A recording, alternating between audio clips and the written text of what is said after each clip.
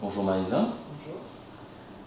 Tu as obtenu ton DNSEP à l'école d'art d'Avignon en 2016, puis tu as continué tes études à l'école supérieure d'art visuel de la Cambre. Des éléments de ta biographie nous disent que tu es artiste, performeuse et poète. Pourrais-tu nous parler de cette connivence, de cet investissement que tu as avec la performance ? Alors, l'utilisation de la performance, en tout cas du moins de mon corps dans mon travail, c'est venu assez viscéralement, je dirais, instinctivement. C'est venu de quelque chose d'assez simple, c'est venu d'une économie de moyens, en tout cas quand j'étais étudiante.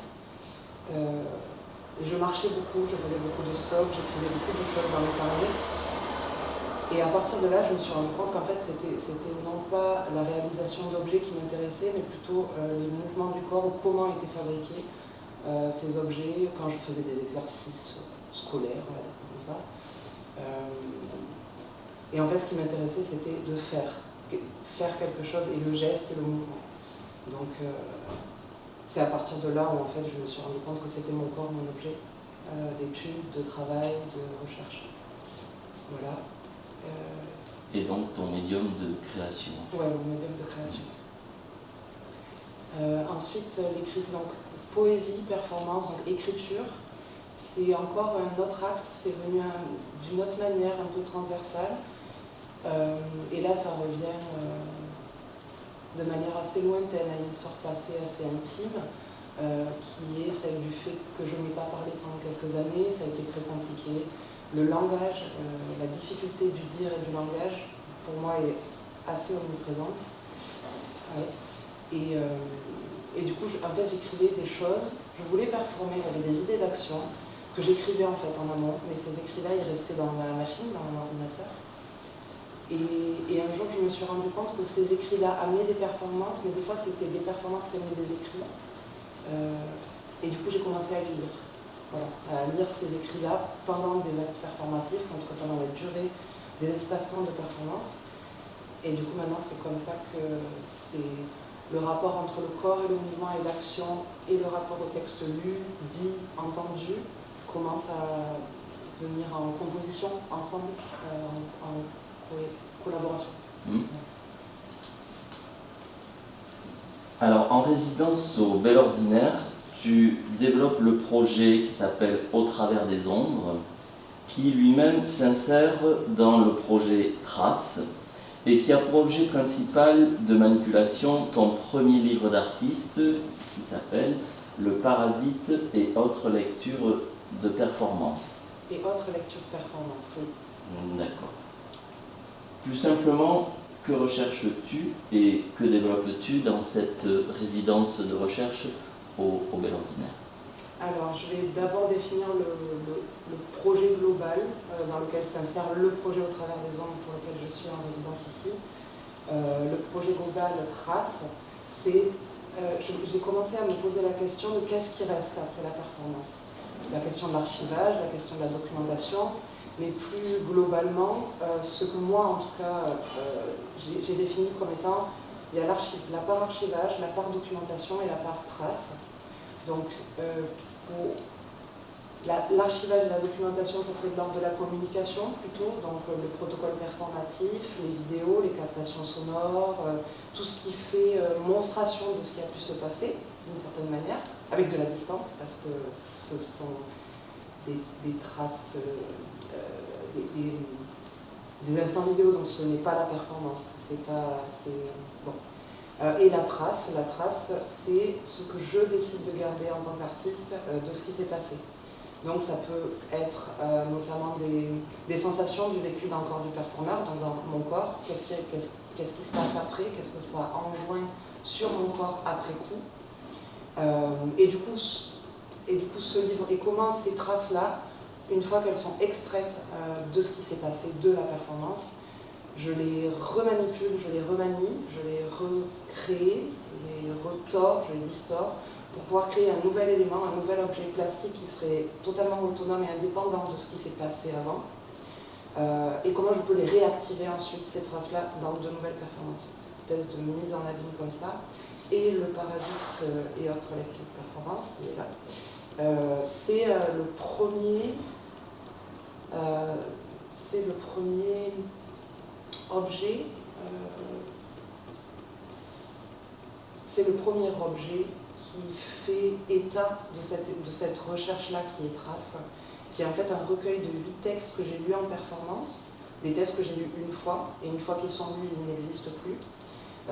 Donc du coup, c'est un travail avec mon éditrice, savoir de quelle manière ces textes-là existent de manière autonome, comment ils font objet seuls, sans lecture, qu'est-ce que je veux de cet objet pour le lecteur, autre que moi-même, je veux dire, pour le lecteur solitaire, qu'est-ce que je veux que ça amène sur le corps du lecteur. C'est toujours un rapport entre écriture, lecture et corporalité, toujours.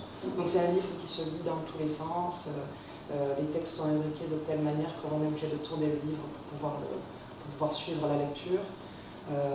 Il s'appelle Le Parasite et autres lectures performance parce que Le Parasite, c'est le texte central du livre qui court sur toutes les pages. C'est le seul texte qui court sur toutes les pages. Et en fait, ce livre-là, donc il est édité, il est là. Ça, c'est là. Mais en fait, moi, ce qui m'intéresse maintenant, c'est pas ce livre-là. Ce livre-là, il n'est pas achevé pour moi comme ça. C'est-à-dire qu'il n'est pas fini. Il est là, c'est une étape, mais il est achevé et fini quand il est performé, activé, ce que j'appelle activé. Donc, Au travers des ombres rentre dans ce projet, cette démarche globale, on va dire, de recherche.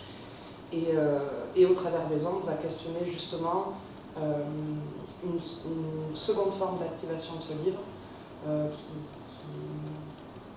qui est une réflexion sur la réflexion, le fait de brûler un livre, qu'est-ce que ça peut amener. Et là, pour le coup, ce projet Au travers des ombres, celui pour lequel je suis ici en résidence au Bel Ordinaire, c'est un projet qui s'est recentré de manière beaucoup plus intime, qui part d'une histoire qui m'est personnelle, qui est celle de l'inceste, et qui essaye de questionner plutôt comment le corps est trace et archivage, comment le corps parle, le corps a une mémoire, qu'est-ce qu'il raconte, qu'est-ce qui est intrinsèque au corps lui-même, qui fait que ça fait trace et que ça peut être aussi réinvesti d'une certaine manière. Et du coup là, la recherche se base sur plutôt de quelle manière la domination des adultes sur les enfants peut engendrer des séquelles. C'est quoi ce rapport entre... Qu'est-ce que ça amène comment je peux dire ça? Sur le corps lui-même, sur le psychisme lui-même, et comment aussi la société, là je suis... Bon, ça fait pas très longtemps que je suis en recherche, donc c'est encore assez vague, mais ce sont les débuts de quelque chose qui s'avère être assez fluide pour moi. Là tout de suite, c'est aussi la référence, enfin, les liens entre ce que la pornographie a pu amener dans l'érotisation de l'inceste. Tous ces questionnements-là, le mythe de la Lolita, de l'enfant qui a envie, qui est sexualisé alors que c'est une enfant, et du coup ce rapport entre la cérémonie d'autodafé, qui est en fait quand même une cérémonie de foi et d'expiation, une forme de jugement, parce qu'il y a une procession à la base dans la cérémonie de l'autodafé. Ensuite, les livres ont été autodafés pour la censure. Enfin, il y a eu, et c'est tous ces liens-là que j'essaye en tout cas de creuser, tout en ramenant toujours à une forme d'exorcisme, de combat. Ce qui m'intéresse, c'est beaucoup les notions de violence, en tout cas dans mon travail en général, et Au travers des ombres est vraiment un projet très spécifique pour le coup. Le rapport à la violence de la rencontre, à la violence des interactions, à la violence du corps, de l'image du corps, de ce que le corps renvoie aux autres, du regard, de la société.